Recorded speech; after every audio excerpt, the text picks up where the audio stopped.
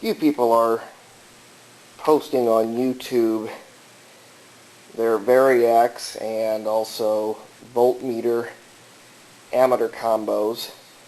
I went ahead and decided I was going to do a video on this one. I built this in 1998. A little dusty because it's been in the workshop. But this is mine. I picked up the variac. And I think it was at a flea market. And then later on I bought the 2 meters, probably from a surplus supply. But this is basically it. 2 sets of AC sockets down below, and your voltmeters up here, the ammeters down here, and of course the control for the variac.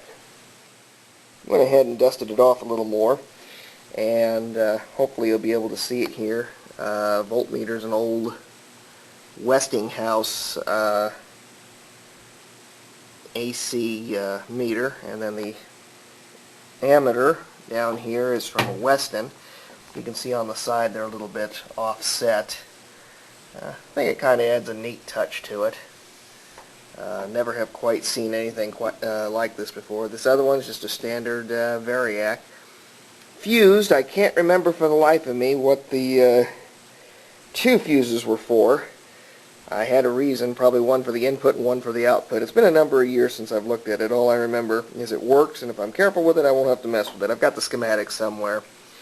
Down here are 2 banana jacks. Each one of these supplies AC current as well. Then the on-off switch over here. I did the finish on the front panel into a crackle finish. I was aiming to do the whole thing in crackle, but couldn't get it to really work well except for this panel here. This is all made out of masonite. This is 1 layer for the main control panel, and the rest of these are like 2 layers. Dummy here never dawned on him that he could probably have just used plywood to get that same thickness. I don't know what the hell I was thinking at the time, but either way it turned out pretty good. And then the rest of these, all of this is held together with brass screws. I could probably do a lot better job now than I did back then. And here on the inside, fairly dark, you can see all the controls wired up. I've recently put together an AC power supply. It's in the form of battery covers to power this radio. So let's just go on ahead and try this. I'll go on ahead, plug it in, make sure everything's out of the way. And first thing we need to do, variac is set at 0. Kick it on, slight hum, sure the volume's up, and slowly bring things up. Bring it up to 70. Nothing as of yet.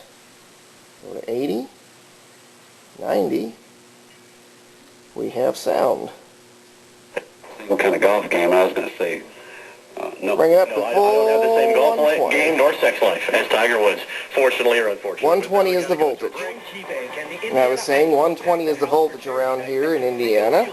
So as you can see, set at 120, barely pulling any current, and there's the radio playing.